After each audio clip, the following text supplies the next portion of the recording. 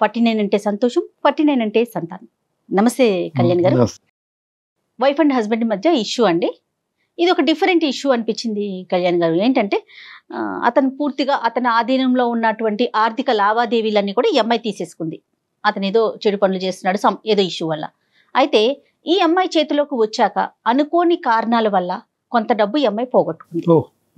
So ఆ ఇష్యూతో సతమతం అయిపోతుంది. సహజంగా జరిగే విషయమే. బట్ తను ఒక సొల్యూషన్ కోసం వెయిట్ చేస్తోంది.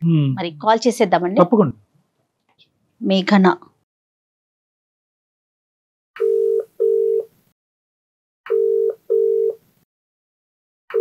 హలో మేఘన అండి. అవును మేడం, మీరెవరు మేడం? నేను జయానండి, అందమైన జీవితం ప్రోగ్రామ్ నుంచి కాల్ చేస్తున్నాను.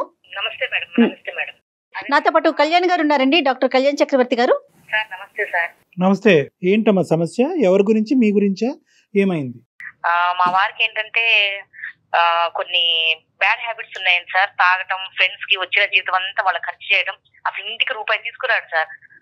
శాలరీ ఇవ్వంగానే ఆఫీస్ లో శాలరీ పడింది అంటే అటు వాళ్ళకి వెళ్ళి బాగా మంచిగా పార్టీలు దావత్లు చేసుకొని అన్ని ఖర్చులు అవగొట్టుకుని అప్పుడు ఇంటికి వస్తాడు సార్. అదేంటంటే అట్లా చేస్తున్నారని చెప్పి ఎన్ని సార్లు గొడవ పడినా సరే ఆయన ఏ మాత్రం ఆయనలో చలనం లేదు సార్. అన్ని చాలా కేర్లెస్ గా ఉంటాడు. ఏం చేస్తారు మేఘన? ఎంత వరకు శాలరీ వస్తుంది ఆయనకి? ఆయనకి ఒక 50,000 దాకా వస్తుంది మేడం. ఓకే. పిల్లలు ఉన్నారండి? ఒక పాప ఒక బాబండి. పిల్లలున్నా కూడా కొంచెం బాధ్యత తక్కువగా ఉంది. ఆ బాధ్యత తక్కువ మేడం. ఏం లేదు, ఎంత కాడికి ఫ్రెండ్స్ ఫ్రెండ్స్ ఫ్రెండ్స్ పెళ్ళైతే మటుకు ఫ్రెండ్స్ వదలాలా, నువ్వు మేనేజ్ చేసుకో అంటాడు మేడం. చేతికి డబ్బులు ఇస్తేనే కదా మనం మేనేజ్ చేసేది, చేతికి డబ్బులు ఇవ్వడు. మీరేమన్నా చేస్తారంటే జాబ్ చేస్తున్నారా? లేదు మేడం, నేను ఇంట్లోని హౌస్ వైఫ్ నే మేడం. Right right. ఓకే. ప్రధానంగా సమస్య ఏంటమ్మా? తాగటమా? కాదు సార్, ఆ డబ్బులన్నీ అలా ఆయన పాడు చేస్తున్నారని చెప్పి చాలా సార్లు గొడవలు జరిగినాయి సార్. ఇంకా నేను పెద్దవాళ్ళలో పెట్టి అదే జీతం అంతా నా చేతికి ఇస్తేనే నేను కాపురానికి వస్తానని చెప్పాను సార్. సరే అని చెప్పి బాగా గొడవలు అయినప్పటికీ నేను మొన్న 3 నెలలు వెళ్ళి పుట్టింట్లోనే ఉన్నాను సార్. అయ్యో. సరే నువ్వు చెప్పినట్టే వింటాను అని కొంచెం ఆయన జీతం తేవటం నాకు ఇవ్వటం కొంచెం అట్లా కొంచెం దారిలో పడుతున్నాను సార్. జీతం డబ్బులు తీసుకొని కొంచెం నేనేం చేశానంటే, ఇప్పుడు ఆయన ఎట్లా దుబారా చేస్తున్నాడు, నేను 1 రూపాయి చేస్తే పిల్ల ఆడపిల్ల ఉంది కదా మేడం, దానికి పెళ్లి చేయాలన్నా దాని భవిష్యత్తు బాగుండాలన్నా ఈ రోజుల్లో కట్నాలు లేకుండా ఏం జరగదు. అవునవును. ఇవన్నీ చెయ్యాలంటే మరి ఇలా తాగి తందనాలాడి ఎవరికో దోస్తులకు పెడితే నా పిల్లలకి ఎవరు మేడం రేపు? కట్నం దాకా తర్వాత ముందు చదువులు ఉన్నాయి కదా. చదువులు ఉన్నాయి కదా మేడం. ఆడపిల్ల నా జీవితం చదువు లేదు కాబట్టి కదా ఆయన నా చేతికి ఏమి ఇవ్వకుండా ఆయన ఇష్టం వచ్చినట్టు తిరుగుతున్నాడు. అదేలేండి, అదేలే. ఓకే. అందుకని నేను అలా పెద్దల్లో పెట్టి ఆటో వాళ్ళని ఇటోళ్ళని పిలిపించి మాట్లాడి చేసి ఇక ఆయన కాపురాన్ని తీసుకొచ్చి నాకు జీతం నా చేతికి ఇస్తున్నాడు మేడం. ఆయనకి ఏదైనా అవసరం అయితే నన్నే అడుగుతున్నాడు. ఈ వారం నేను దావత్కి వెళ్ళాలి, 4,000 ఇవ్వు అంటాడు. నేను 4,000 ఎందుకు ఇవ్వాలండి? 4,000 ఎవరికో తీసుకెళ్లి మీరు పెట్టడం ఏంది? ఈసారికి 2,000 తీసుకోండి. అలా కంట్రోల్ చేస్తూ సార్ ఖర్చులు చాలా వరకు తగ్గించాను సార్. ఇప్పుడు కొంచెం నా దారిలో పడి ఆయన నాకు ఇచ్చేస్తున్నాడు. ఇంతలో సార్ నేనేం చేశానంటే, ఎట్లా ఇప్పుడు ఆయన దగ్గర తీసుకుంటున్నాను కదా అని ఆ పైసలన్నీ నేనేం చేశాను సార్, కొంచెంగా కూడబెట్టుకుంటా ఒక 2 లక్షల దాకా పోగు చేసుకున్నాను సార్. పోగు చేసుకుంటే ఇక ఉంటారు కదా సార్ మాకు తెలిసిన వాళ్ళు, అమ్మలక్కలు అందరూ కూర్చుంటాం కదా ఇట్లా అని చెప్పుకున్నప్పుడు, ఇక్కడ మన గల్లీలోనే వాళ్ళు చీటీ చేస్తున్నారే, నువ్వు కూడా దాచిపెట్టి అందరికి సర్ప్రైజ్ చెయ్యి, నువ్వు కూడా రేపు మంచి అమౌంట్ వస్తుంది అంటే సరేలే ఆశపడ్డాను సార్. ఆశపడి నేను కూడా చిట్టి కట్టాను, 5 లక్షల చిట్టి. Okay okay. ఇంకేం లేదు, వచ్చే నెల మనం పాడుకుంటే మనకు 5 లక్షల చేతులకు వచ్చేస్తాయి మేడం. అయితే ఇందులో ఆమె ఐపీ పెట్టి వెళ్ళిపోయిందంట రాత్రి. అయ్యో. ఏం చెప్పంటారు మేడం? అయ్యో. మా వారికి తెలీదు. ఇంతలో ఈయన ఏం చేశాడు, రాత్రి వచ్చి ఏమే ఇప్పుడు నువ్వు నా దగ్గర డబ్బులు తీసుకుని దాచి పెడుతున్నావా, మీ పుట్టింటోళ్ళకి పెడుతున్నావా, నువ్వు అసలు ఏం చేస్తున్నావు నాకు తెలియట్లేదు అంటే, లేదండి దాచి పెట్టాను, మీకు వచ్చే నెల మీకు ఒక సర్ప్రైజ్ ఇస్తానండి అని చెప్పాను. నేను చెప్పేశారు. తీరా చూసి నేను చెప్పాను సర్ప్రైజ్ ఇస్తానండి అంటే, అవునా అన్నాడండి. ఇప్పుడు ఆయన అంటున్నాడు, నేను ఒక స్థలం చూశాను చాలా తక్కువగా వచ్చింది, నువ్వు ఆ పైసలు ఇస్తే నేను తీసుకెళ్లి దానికి భయానా కడతానని కూర్చున్నాడు.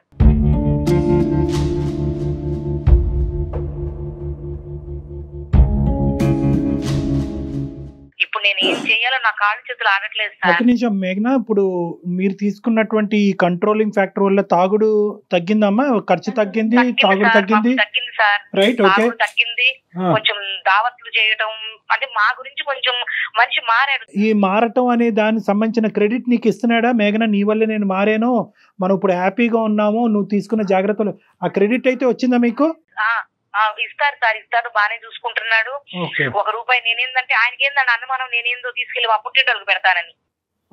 నేను ఎందుకు పెడతాను సార్? నాకు ఆడపిల్ల ఉన్నప్పుడు నేను మా అమ్మోళ్ళకి నేను ఎందుకు ఇస్తాను? నా పిల్లకి నేను చూసుకుంటాను. కాదు, ఈ సర్ప్రైజ్ ఇవన్నీ పక్కన పెడితే ముందు నుంచి ఇలా నేను చిట్టి పాడుతున్నాను, ఫైనల్ గా మనకి ఎంత అమౌంట్ వస్తుందని ముందు నుంచే చెప్పలేదు సార్. నేను చేసిన తప్పు ఏంటంటే ఆయనకి ఒక్కసారిగా 5 లక్షలు తీసుకెళ్లి ఆయన చేతిలో పెడదాం అనుకున్నాను సార్. ఓకే, నా కర్మ సార్, నా కర్మ, ఏం చేద్దాము? అంటే మీరేమనుకున్నారంటే కనుక మీరు మారటానికి ఇది గిఫ్ట్ అన్నట్టుగా అనుకున్నారు. అంతే సార్. కానీ మేఘనా చదువుకున్నారు కదా మీరు, ప్రైవేట్ వాళ్ళ వ్యక్తుల దగ్గర చిట్టీలు వేయకూడదని ఎంత ఎంత ఎలాంటి ప్రచారం జరుగుతా ఉంది మేఘనా? బాగా తెలియదు, లేచిన దగ్గర నుంచి తెల్లారి ముఖం చూసుకుంటాం మేము, వదినా వదినా అనుకుంటా. మేఘనా, ఇప్పుడు సమస్య ఏంటమ్మా అంటే నీ నోటి ద్వారా ఇది చెప్పలేవా? నేను నాకు మీరు చేసేది ఇదేంది సార్? నాకు నిన్న పిచ్చి పిచ్చి ఆలోచనలు వచ్చింది సార్, చచ్చిపోదాం అనుకున్నాను. అయ్యో లేదు సార్, ఎందుకంటే ఇప్పుడు ఆయన అంతమంది ముందు ఆయన్ని గొడవ పెట్టి 10 మందిలో నేను ఇట్లా చేస్తున్నానని చెప్పి ఆయన దగ్గర పెత్తనమంతా నేను తీసుకొని నేనేదో ఉద్ధరిద్దామని నేను చేస్తే, నేను చేసిన ఆలోచన మంచిదే కానీ నా టైం బాగలేదు సార్.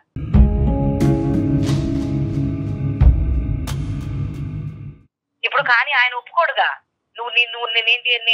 నేనేదో ఖర్చు పెడుతున్నానని చెప్పి నువ్వు తీసుకున్నావు, నువ్వు తీసుకెళ్లి చిట్టీలకు తగలబెట్టావు నువ్వు అని చెప్పి అసలు ఆ మనిషి ఎలా రియాక్ట్ అవుతాడో, ఆయన నేను ఎలా ఫేస్ చేయాలో. పోలీస్ కేసు ఏమైనా ఫైల్ అయిందమ్మా? లేదు సార్, ఎందుకంటే అందరూ అట్లాగే ఉన్నారు. రాత్రి ఏమో పెద్ద గొడవ సార్. ఇప్పుడు నేను పోలీస్ కేసు వాళ్ళతో పాటు పోనీ పెడదామన్న ముందు ఈ మనిషి నువ్వు ఎందుకు వెళ్తున్నావు, నువ్వు నీకు అవసరం ఏందని అడుగుతాడుగా. అదే ఇంకా మిగతాదంతా కదులుతుంది కదా. మేఘనా, ఒకసారి ఆయనతో మాట్లాడదామా మరి? Okay madam. అమ్మాయి చేసిందంతా మంచిదేనమ్మా, అసలు తప్పు పట్టడానికి ఏమీ లేదు. నమ్మకుండా ఉండాలి కదా. ఇప్పుడు తను మంచి చేసింది కాదనట్లేదు, కానీ ఇవాళ రేపు ప్రైవేట్ వ్యక్తుల దగ్గర డబ్బులు దాచుకోవటాలు, చిట్టీలు వేయటాలు. హలో హలో, ఏమండి? ఏమండి, నేను అదే మీతో ఓ విషయం దాచిపెట్టానండి, అది చెప్పలేక నేను డాక్టర్ కళ్యాణ్ చక్రవర్తి గారు ఒకసారి మాట్లాడతారు, ఒకసారి మీరు మాట్లాడరా? ఏంటి, ఏం దాచిపెట్టావు? నేను ఇప్పుడు నిజం నన్ను ఇంటికి వచ్చాక మాట్లాడతాను. లేదండి, లైన్ లో ఉన్నారండి సార్ వాళ్ళు. ఇప్పుడు నువ్వు ఎక్కడున్నావు? నేను మన ఇంట్లోనే ఉన్నానండి. మరి చక్రవర్తి గారు ఎవరు? ఒక్కసారి మాట్లాడండి. ఏం వీలు పెట్టావు, ఏం జరుగుతుంది? నేను ఇంటికి వచ్చాక క్లారిటీగా మాట్లాడతాను. నమస్తే అండి రాకేష్ గారు. నమస్కారం. నమస్తే. మేము సుమన్ టీవీ అందమైన జీవితం ప్రోగ్రామ్ నుంచి కాల్ చేశానండి. నాతో పాటు డాక్టర్ కళ్యాణ్ చక్రవర్తి గారు కూడా ఉన్నారు. ఏం లేదండి, మీ భార్య ఒక చిన్న మెయిల్ చేశారు మాకు. ఆ మెయిల్ కి సంబంధించిన ఒక విషయం మీతో డిస్కస్ చేద్దాం ఫోన్ లోనే. మేము మా ఆఫీసులోనే ఉన్నాము, తను మీ ఇంట్లోనే ఉన్నారు. జస్ట్ ఫోన్ లో ఒకసారి డిస్కస్ చేద్దామని చెప్పి మేమే మీకు కనెక్ట్ చేయమన్నాం. నమస్తే రాకేష్ గారు, సారీ మిమ్మల్ని ఇబ్బంది పెట్టినందుకు. ఆ అమ్మాయి ఒక చిన్న చిక్కుముడి సమస్యలో ఉంది, మీ మిస్సెస్. అయితే ఏంటంటే తను మంచి చేద్దామని పోయి ఇప్పుడు వేరే సమస్య తెచ్చిపెట్టుకుంది. అయితే ఏంటంటే ఈ రోజు తనని ఎలా చెప్తే కనుక మీరు ఏ విధంగా రిసీవ్ చేసుకుంటారో, తన జీవితం, తన కాపురం ఏమవుతుందో అనే భయంతో మాకు చేసింది. దానికి ముందు ఆ సమస్య ఏంటి అని చెప్పే ముందు మిమ్మల్ని ఒక ప్రశ్న రాకేష్ గారు. మీరు ఇంతకు ముందు ఆవిడ చెప్పినటువంటి మాటలు బట్టి ఇంతకు ముందు డ్రింక్ చేసి కొద్ది డబ్బులు విచ్చలవిడిగా ఖర్చు పెట్టి కొద్దిగా చల్లాచెదురైనాయి జీవితాలు కాస్త, ఇప్పుడు ఏమొచ్చి అదంతా కూడా ఆవిడ చేసిన ప్రయత్నం బట్టి ఇది ఒక గాడిలో పడింది అన్నట్టు మాకు చెప్పారు ఆవిడ. అది నిజమేనండి? నిజమే అండి. అప్పట్లో నేనేదో తాగేసి ఫ్రెండ్ సర్కిల్ లో చేసేస్తున్నానని నా మీద లేనిటన్ని పోసి చేశానండి. వాళ్ళకి వాళ్ళ ఫ్యామిలీని తీసుకొచ్చి పెద్ద మధ్యస్థం పెట్టి నాకు జీతం ఇవ్వట్లేదు, ఈయన తాగేసి తొందరలు ఆడుతున్నారని చెప్పి నాన్న రచ్చ చేసి నేను తేవడం శాలరీ ఆవిడకి ఇవ్వడం, నేను తేవడం శాలరీ ఆవిడకి ఇవ్వడం, అలాగే జరిగిందండి. ఆడవాళ్ళ గురించి తెలియదు ఏముందండి, ఇంట్లో ఒకలా ఉంటారు, బయటకు వచ్చినాక ఒకలా ఉంటారు. ఇంకా సర్దుకోపోవాలి కదా అనే గుణంతోనే నేను తెచ్చి ఆడికి ఇచ్చానండి. అది ఏమైంది, ఇప్పుడు కుటుంబం అంతా కూడా హ్యాపీగా ఉన్నారు, ఎంతో కొద్ది గొప్ప సేవింగ్ చేసుకుంటున్నారు అనే మాటలో వాస్తవం ఉంది. అలా ఉండటానికి మీరు ఆ అమ్మాయి క్రెడిట్ ఇస్తున్నారు కదా, అది గొప్పగానే చూస్తున్నారు కదా మీరు? ఇస్తాను, ఆ విషయంలో ఇస్తాను. ఎందుకంటే మొత్తం నేను తెచ్చిన శాలరీ మొత్తం ఆవిడకి ఇస్తున్నాను, ఆవిడే ఏ టు జెడ్ ఆవిడే చూస్తుంది. సరే, వెరీ గుడ్. ఇప్పుడు ఏంటంటే ఆవిడ ఉద్దేశం అయితే కరెక్ట్ అని మీరు నమ్ముతున్నారు. ఆవిడ కఠినంగా వ్యవహరించినా కూడా ఈ రోజు ఆవిడ ఉద్దేశం అయితే కరెక్టే అని మీరు నమ్ముతున్నారు. నమ్ముతున్నానండి. కరెక్ట్ ఆ అండి. విషయంలో అయితే మాత్రం నమ్ముతాను. కొన్ని సందర్భాల్లో ఏమవుతుందంటేనండి, ఇక్కడ ఒకటే కాదు, కొన్ని సందర్భాల్లో ఏమవుతుందంటే ఇలా మంచి చేయటానికి పోయి కొంతమంది కొన్ని కష్టాలు కొని తెచ్చుకుంటారు. అది ఉద్దేశపూర్వకంగా కాదు, అదృష్టం బాలేక టైం బాలేక జరిగేటటువంటి అంశాలు. ఈరోజు మీ వైఫ్ కూడా అదే పొజిషన్లో ఉంది. ఏంటంటే కనుక ఆవిడ మీ దగ్గర నుంచి సేవ్ చేసినటువంటి రూపాయి అమౌంట్ కాస్త చీటీ కట్టారు. చీటీ కట్టారా? చీటీ కట్టారు. ఈ రోజు చెప్పలేదంటే ఈ విషయం. అదే చెప్పండి. ఓకే చెప్పండి. ఓకే. ఈ మధ్యలో మీరు కూడా అడుగుతున్నారంట, ఏమైనాయి ఆ డబ్బులు, ఏమైనాయి, ఎక్కడ పెట్టినావు, మీ అత్తింటి మీ పుట్టింటి పంపిస్తున్నావా ఏంటి అని రకరకాలు అడుగుతున్నారంట. ఆవిడ పాపం చాలా సార్లు అడిగితే నేను సేవింగ్ చేస్తున్నాను, మీకు ఎందుకు, మీరు అడిగినప్పుడు ఒకేసారి మంచిగా ఇస్తానని చెప్పారు. అది కరెక్ట్, అది వాస్తవం. అది మీరు నమ్మారా? అది అది అది అది ఆవిడ అబద్ధాలు ఆడే. ఎందుకంటే ప్రతిరోజు వచ్చిన శాలరీలో తీస్తున్నానండి, అక్కడ పెట్టున్నానని బ్యాంక్ వేస్తున్నాను, మీకు ఆ ప్రాబ్లం లేదంటుంది, చూస్తుంది, ఇంట్లో కావాల్సిన ఏ టు జెడ్ ఆవిడ చూస్తుంది. నేను నమ్మాను. అయితే ఇప్పుడు ఏంటంటే, ఇప్పుడున్న పరిస్థితి ఏంటంటే, కొద్దిగా మీరు జాగ్రత్తగా ఆలోచించవలసినటువంటి అంశం, కొద్దిగా కూల్గా వినాలి. ఆవిడ కూడబెట్టినటువంటి ఆ డబ్బు కాస్త ఈ రోజు ఆవిడ చేతుల్లో లేదు. ఇంక రేపనగా అంటే నెక్స్ట్ మంత్ లో పాడదామనేటటువంటి పరిస్థితికి వచ్చేటప్పటికి చాలా సందర్భాల్లో చాలా చోట్ల మనం చూసేటటువంటి మోసాల్లాగే ఈ చీటీ కంపెనీ కాస్త ఎత్తేసారంట, ఐపీ పెట్టి ఎత్తేసారంట. ఇప్పుడు ఆ కంపెనీ కాస్త లేదు. సో ఆవిడ పెట్టినటువంటి డబ్బులన్నీ ప్రస్తుతానికి పోయినట్టే. ఏదైనా పోలీస్ కేసు ఏదైనా వేసి మళ్ళీ ఏమైనా అది వేరే విషయం. కానీ యాజ్ ఆఫ్ నౌ పాపం ఆవిడ మీకు చెప్పుకోలేకపోతుంది, కానీ ఆవిడ విపరీతమైనటువంటి బాధ, దుఃఖంలో ఆవిడ ఉంది. ఆవిడ ఏంటంటే ఆఖరికి ఈ విషయం నా భర్తకు చెప్పుకోలేనటువంటి పరిస్థితుల్లో నేను చచ్చిపోవటానికి కూడా రెడీ అనేటటువంటి ఆలోచన చేసేటప్పటికి, మేము అలా కాదమ్మా, మేము ఉన్నాం నీతో పాటు, నువ్వు నీ బాధ ఏంటో మాకు చెప్పు, మేము కమ్యూనికేట్ చేయవలసినటువంటి విధంగా మేము రాకేష్ గారికి కమ్యూనికేట్ చేస్తామని చెప్పాము. ఇప్పుడున్న పొజిషన్ అది సార్. చూడండి చక్రవర్తి గారు, నేను ఒక విషయం చెప్తాను. ఇప్పుడు నేను ఏదో చేసేస్తున్నాను, నేను బయట ఖర్చు చేసేస్తున్నాను అని చెప్పి మధ్యస్థం పెట్టి మొత్తం నానా హంగామా చేసి తెచ్చి ఇంట్లో సేవింగ్ పెట్టారు. ఇప్పుడు సడన్ గా ఐటీ పెట్టేశారంటే ఎంత అమౌంట్ అండి? ఎలా జరుగుతుంది ఇది? ఎందుకు భర్తకు ఒక భార్య చెప్పుకోలేనంత కష్టం వచ్చేసిందా ఇక్కడ?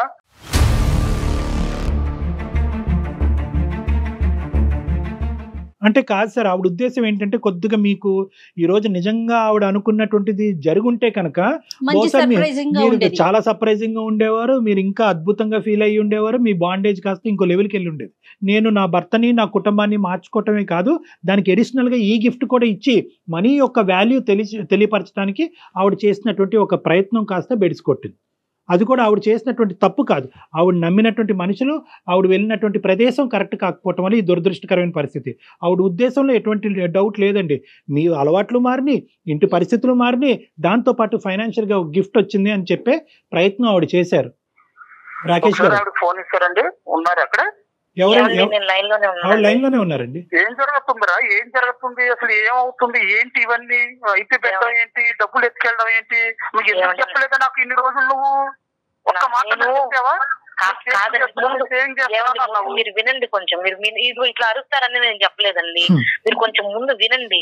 వచ్చే నెలలో పాడితే 5 లక్షలు వస్తాయి, ఒకేసారి తీసుకొచ్చి మీ చేతికి పెడదాం అనుకున్నానండి, సర్ప్రైజ్ అని. మరి నువ్వు మోసాలు జరుగుతున్నాయి, టీవీలు చూడట్లేదా? నువ్వు పేపర్ చూడట్లేదా? ఏమండి మన ఇంటి ఎదురు వదిన గారండి, వదిన గారు చెప్పావా? బయట అదేదో బ్యాంకులో వేయవచ్చు కదా, హ్యాపీగా వినేవాళ్ళం కదా. బ్యాంకులో వేస్తే నేను ఆ రోజు నుంచి నువ్వు మతీసా పెట్టినప్పటి నుంచి నేను ఏమైనా నేను అడిగానా ఏం చేస్తావు ఏంటి అని? లేదండి. మరి బయట ఇలాంటి మోసాలు జరుగుతున్నా నేను చీటీ కట్టాల్సిన అవసరం ఏమొచ్చింది? లేదండి, 4 లక్షలు కడితే ఇంకో 1 లక్ష కలిసి వచ్చింది కదా, లేని కట్టానులేండి.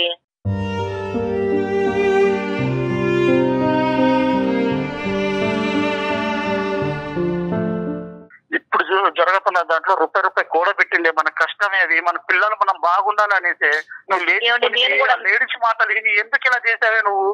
1-2 లక్షలే? 5 లక్షలండి. పిల్ల పేరు మీద వేద్దాం అనుకున్నానండి.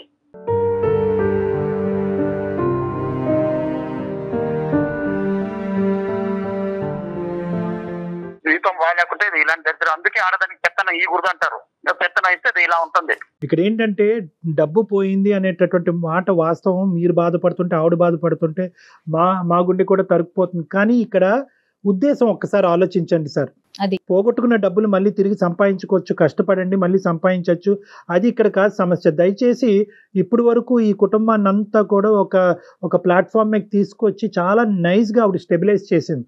దాన్ని ఇంకో మెట్టు ఎక్కించి మిమ్మల్ని సంతోషపెట్టి మిమ్మల్ని సర్ప్రైజ్ చేద్దామని అనుకున్నది ఆవిడ ఉద్దేశాన్ని తప్పుపట్టండి. పోయింది డబ్బు కాదనట్లేదు, వెళ్ళిన చోటు చేసినటువంటి ప్రాసెస్ తప్పు. ఆవిడ తెలివి తక్కువగా చేసింది. చాలామంది మన సమాజంలో తెలివి తక్కువగా చేసి రోజు వారి టీవీల్లోని పేపర్లో మీరు అన్నట్టు చాలా చూస్తున్నాం. కానీ ఏంటంటే ఆశకు పోయి ఒక 10 రూపాయలు ఎక్కువ వస్తాయనేటటువంటి ఉద్దేశంతో ఎక్స్ట్రా రిస్క్ తీసుకుని చాలామంది పోగొట్టుకుంటున్నారు. ఈవిడ కూడా అందులోనే కాలు పెట్టింది. కానీ ఉద్దేశం గురించి నేను చెప్తున్నా, ఉద్దేశం మంచిదా కాదా? మంచిదే అండి, ఉద్దేశం మంచిదే కాదనట్లేదు. ఎందుకంటే నేను ప్రతిసారి శాలరీ ఇచ్చినప్పుడల్లా ప్రతిసారి అడుగుతాను, ఏం చేస్తున్నావు అంటే నేను సేవింగ్ చేస్తానని, నేను ఎత్తి పెడుతున్నానండి, అన్ని నేను చూసుకుంటానంటే ఇంకా వద్దు అంటే ఇంకా సరే. నేను ఆ ఒక్క ఉద్దేశం మీదే నేను బయట ఫ్రెండ్స్ వెళ్ళట్లేదు, పార్టీలు వెళ్ళట్లేదు, వీకెండ్ మానేసుకున్నాను. సరే ఏదో హ్యాపీగా ఉందా అనుకున్నాను. భర్త బయటకు వెళ్ళినప్పుడైనా సరే, భర్త ఆఫీస్కి వెళ్ళినప్పుడు సరే, ₹1 ఎంత సేవింగ్ లో ఉందో చెప్పాల్సిన అవసరం భార్యకు ఉందా లేదా అది చెప్పండి మీరు క్లారిటీగా. ఒకటి సార్, ఇక్కడ ఏంటంటే మీరు ఎలా ఖర్చు పెడుతున్నారు అనే లెక్క ఆవిడకి తెలియాలి అనేటటువంటి రూల్ ఉన్నప్పుడు, ఆవిడ ఎలా ఖర్చు పెడుతుంది అనేటటువంటి లెక్క కూడా మీకు కూడా తెలియాలి. ఇక్కడ అది అందులో that is very clear sir, అందులో ఎటువంటి డౌట్ లేదు. కానీ ఇక్కడ ఏంటంటే ఆవిడ ఉద్దేశం ఏంటంటే ఇది ఒక్కొక్క రూపాయి కూడబెట్టి ఒకేసారి సర్ప్రైజ్ ఇద్దాం అనేటటువంటి ఆలోచనతో ఆవిడ చేసినటువంటి స్టెప్పే. కానీ మీ దగ్గర ఉద్దేశపూర్వకంగా ఆవిడ ఖర్చులకు, ఆవిడ సంతోషాలకు ఆవిడేమి పర్సనల్గా ఏం వాడుకోలేదు ఇక్కడ. అది మీకు తెలుసు, మాకు తెలుసు. మీ భార్యగా ఏంటంటే అది మీకు అర్థమవుతుంది. ఆవిడ మాట్లాడినటువంటి పద్ధతులు, విధానాలు బట్టి మాకు కూడా కొంతవరకు అర్థమవుతుంది. ఎటొచ్చి ఏంటంటే ఇది జరిగింది కాబట్టి, ఈ జరగటం వల్ల మీ మనసు విరిగిపోయి ఇంతకు ముందు వచ్చినటువంటి డిఫరెన్సెస్ మళ్ళీ పెరిగిపోకూడదు, మళ్ళీ పునరావృతం అవ్వకూడదు, మనస్పర్ధలు పెరగకూడదు. ఎందుకంటే ఈ ఫ్యామిలీ అంతా కూడా ఒక మంచి ఒక పొజిషన్కి వచ్చింది. సో ఇక్కడ మీరు మనీ పోయింది అని చూస్తే కనుక ఆవిడ మీద నెగిటివ్ వైబ్రేషన్ వస్తుంది. కాదు, ఆవిడ ఉద్దేశం కరెక్ట్, పోయిన డబ్బులు ఎలాగ పోయినాయి, నా భార్య పెర్ఫెక్ట్, నా కుటుంబం గురించి ఆవిడ ఏమన్నా చేయడానికి రెడీ అని అనుకుంటే కనుక మీ ఇద్దరు బాండింగ్ ఇంకా పెరుగుతుంది. కానీ పాప ఆవిడ ఉద్దేశం కరెక్ట్, అది కళ్యాణ్ గారు అంటున్నట్లుగా.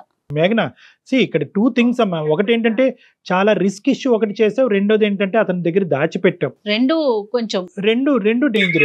నేను దాచిపెట్టడం అంటే సార్, మా వారికి నేను అంత ఒక్కసారిగా 5 లక్షలు తీసుకుని ఇదిగోండి రూపాయి పోగు చేసి మీకు సర్ప్రైజ్ చేద్దామని దాచిపెట్టాను. కానీ మా వారు చెప్పకూడదు అనేది నా ఉద్దేశం కాదు. ఇక్కడ ఇంత తెలివితేటలు ఉపయోగించారు కదా ఆయనకి సర్ప్రైజ్ చేయాలని.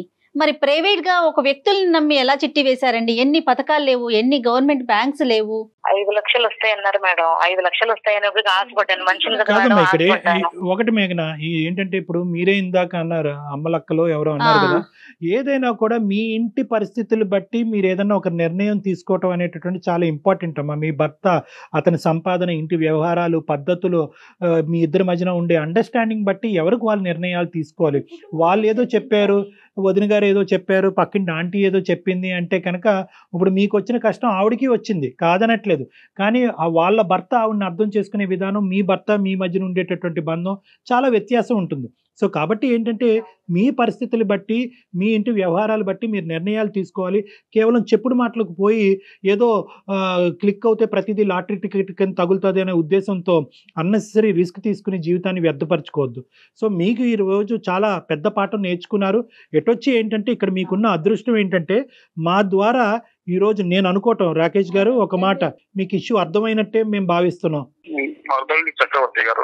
కాకపోతే ఒకటండి, ఎప్పుడైనా సరే ఒక భర్త ఆఫీస్కి వెళ్ళి మంత్లీ సేవింగ్ చేసినప్పుడు ఆ భర్త కష్టం ఏంటి, నేను ఎలా మార్చుకున్నాను, నేను నా మొగుడుకు చెప్పుకోవాలి అన్న ఒక భార్య ఆలోచిస్తే ఇన్ని జరగవండి.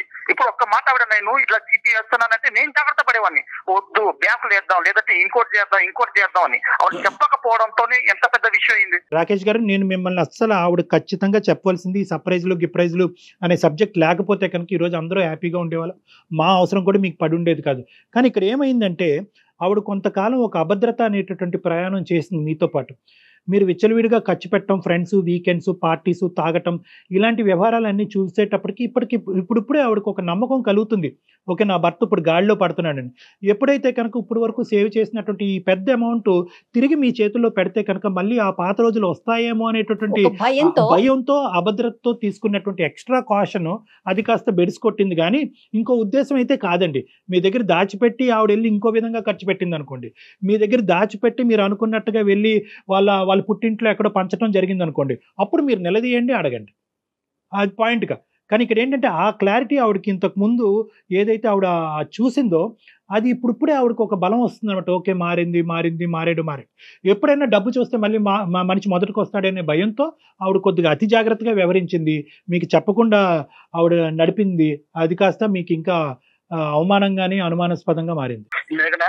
చూసావా నీ తొందరపాటు వల్ల ఎంత ఇదైందో చూసావా? నేను ఫస్ట్ చెప్తానే ఉన్నాను, నన్ను నువ్వు మాట్లాడడం కోసం ఎన్ని అవసరాలు పడ్డావో నేను అది కూడా చెప్తున్నాను. నీకోసమే నీ వీకెండ్ వదిలేశాను, పార్టీస్ వదిలేశాను, ఫ్రెండ్స్ వదిలేశాను, పబ్బులు వదిలేశాను. ఎందుకు? ఏమంటే మా పిల్లలు ఏమైపోతారో అన్నావు. నేను సరే పోనీ ఆడదాన్ని మాట వినాలా? మా అమ్మ తిట్టింది, మా నాన్న తిట్టారు, మా మేనత్తయ్యలందరూ అన్నారు. వాళ్ళ మాటలు ఏమైనా పట్టించుకున్నానా? పట్టించుకోలేదు. ఎందుకు నీకు తెచ్చిచ్చాను నేను శాలరీ? ఎందుకు తెచ్చిచ్చాను? ఏదో ఇంట్లో చేస్తున్నావు కదా అనేసి నిన్న నమ్మే కదా ఇచ్చాను. ఏ రోజన్నా నన్ను ఈ విషయం డిస్కస్ చేసావా? బయట టీవీలు చూడట్లేదా? బయట న్యూస్ చూడట్లేదా? మోసాలు, దగాలు, చీటీలు అవి ఇవి అనేసి ఒక్క విషయం నాతో చెప్పుంటే సేవ్ అయిపోయేది కదా. ఈ రోజు ఇంత పరిస్థితి వచ్చేదా మనకు?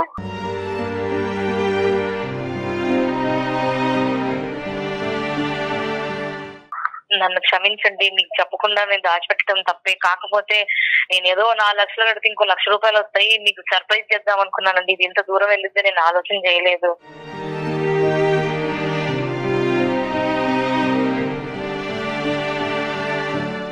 ఆవిడకి పూర్తిగా అర్థమైంది, మీరు కూడా ఆవిడని అర్థం చేసుకున్నారు. కాబట్టి ఇక ముందు నుంచి ఈ సబ్జెక్ట్ గురించి ఎక్కువ డిస్కస్ చేయకుండా అక్కడ దగ్గరలో పోలీస్ స్టేషన్కి వెళ్ళి మీరు కూడా ఒక కంప్లైంట్ పెట్టి ఏదన్నా ఒక చిన్న అవకాశం ఉంటే కనుక భగవంతుడి దయ వల్ల ఆ ప్రయత్నం అయితే చేయండి.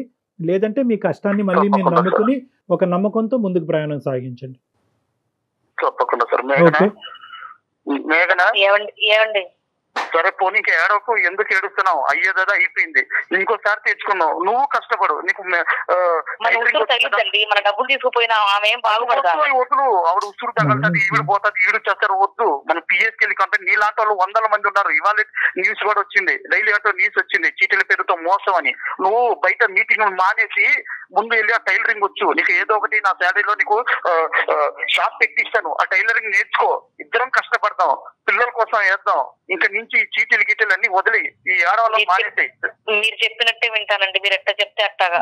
సూపర్. నేను ఇదే చెప్తున్నాను, ఇంకోసారి కానీ ఇలాంటివన్నీ నువ్వు వదిలి, నువ్వు బయట మీటింగ్లు ఆ అక్క చెప్పింది, ఈ ఆంటీ చెప్పింది ఇలాతో వదిలి. నీకు టైలరింగ్ వచ్చు, నీకు నేను టైలరింగ్ పెట్టిస్తాను, లక్షణంగా టైలరింగ్ కుట్టు. ఇద్దరం కష్టపడదాం, ₹30 ఇంకా నుంచి బ్యాంకులో వేసుకుందాం. నేను అంత దుర్మార్గుండా కాదే. నాకు ఒక్కసారి నా ఫోన్ చేసి ఇలా జరిగిందండి అనేసి అన్నావా? భయపడింది. ఖచ్చితంగా మీరు కంప్లైంట్ చేసే ప్రయత్నం చేయండి. ఓకేనమ్మా. Madam, thank you so much sir. మీకు ఎప్పటికీ రుణపడి ఉంటాను. అయ్యో పర్వాలేదండి. నమస్తే కళ్యాణ్ గారు. ఇలాంటివి ఎక్కువ వింటూ ఉంటామండి. ప్రైజ్లు ఒకటి, సర్ప్రైజ్లు ఒకటి. చాలా మంది ప్లాన్ చేస్తూ ఉంటారు. ఎప్పుడైతే సర్ప్రైజ్ అంటారో ఖచ్చితంగా అది బెడ్స్ కొట్టుతుంది. అది చూడండి, ఇప్పుడు ఇది డబ్బులతో కూడుకున్నది కాబట్టి సరిపోతుంది. అది ఇంకొక విషయం అనుకోండి, అది ఎక్కడి దాకా వెళ్ళిపోతుంది కదండి. అసలు ఇవి వర్కౌట్ కావంటారు. ఎందుకు ఇలాంటి ఆలోచనలు వస్తూ ఉంటాయి? అమ్మ, సర్ప్రైజ్ అనేటటువంటిది ఏంటంటే 2 విధాలుగా ఉంటుంది. ఒకటి, అది హ్యాపీ సర్ప్రైజా, రిస్కీ సర్ప్రైజా. ఇప్పుడు వీళ్ళ విషయం ఉందనుకోండి, అది రిస్కీ సర్ప్రైజే. అది ఈవెన్చువల్గా ఆవిడ అనుకున్నట్టు 5 లక్షల వరకు వస్తే కనుక సర్ప్రైజ్ అయ్యేది, అది అయ్యే ఉండేది, మంచి జరిగి ఉండేది. కానీ దానివల్ల ఏమవుతుంది అంటే కనుక దాంట్లోనే ఇంకా ప్రోత్సహించబడతారు వీళ్ళు. ఇంకా మళ్ళీ చిట్టీలు వేస్తారు, మళ్ళీ పాడతారు. ఇక్కడ 5 లక్షలతో పోయింది, అక్కడ 15 లక్షలు, 15 లక్షలు. సో కాబట్టి ఏంటంటే ఎప్పుడైనా ఒక సర్ప్రైజ్ అనేటటువంటిది అవతల వ్యక్తికి నిజంగా సర్ప్రైజ్, ఒక హ్యాపీ సర్ప్రైజ్ అయినా కూడా ఈవిడ రిస్కీ స్టెప్స్ తీసుకుంటుందా లేదా అనేటటువంటి దాన్ని బట్టి ఆధారపడి ఉంటుంది. అది నేను అతిగా రిస్క్ తీసుకుంటున్నాను, అతిగా ప్రాబ్లమ్స్ చేస్తున్నాను, అతనికి వచ్చేటటువంటి అక్కడ వచ్చేటటువంటి సంతోషం కంటే జరిగే చెడు ఎక్కువ ఉంది అనుకోండి, బహుశా ఏంటంటే సర్ప్రైజ్ ఆ స్థాయి లేకపోయినా కూడా ప్రతిరోజు తెలియపరుస్తూ చిన్న ప్రైజులు ఇచ్చినా కూడా చాలా సరిపోతుంది. అంతే. థ్యాంక్ యూ కళ్యాణ్ గారు. అందమైన జీవితం సమర్పిస్తున్న వారు 49 అంటే సంతోషం, 49 అంటే సంతానం. యాంకర్ డ్రెస్ కట్టెసిపై రంగవర్ష, కొండాపూర్, హైదరాబాద్.